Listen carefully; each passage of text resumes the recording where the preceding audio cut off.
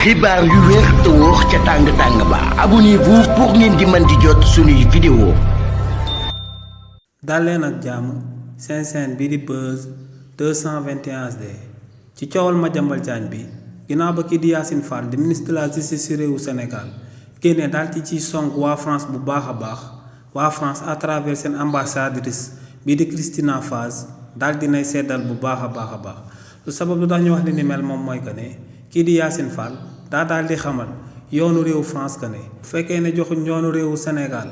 homme d'affaires bii di Dora Gaye ak kii di Madiambal Diagne lu leer ba am moom mooy que ne kon réewu Sénégal dina dakkal di joxe akub doomu français tamit réewu France ginnaaw bu ko ñooñu soxlaa. ginnaaw nag ba kii di Yassine Fall yëkkatee kàddu yooyee ambassadrice française bu daal di nekk ci réewu Sénégal te muy uyoo ci turu Christina Faz démb daal dina ko ciy tontu kii di Christina Faz ne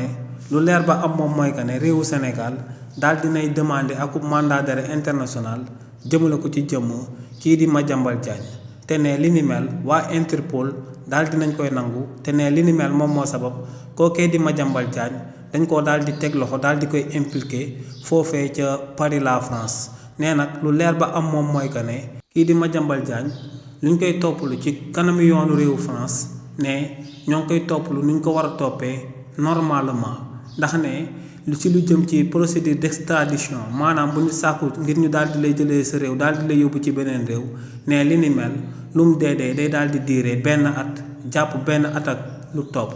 donc ne kii di Madiambal Diagne moo ngi ci procédure bu normal nee nag ci réewu France lu leer ba am moom mooy que ne pouvoir exécutif amul droit daal di intervenir ci benn procédure judiciaire ne foofee pouvoir bu nekk dafa am akub domaine de prédilection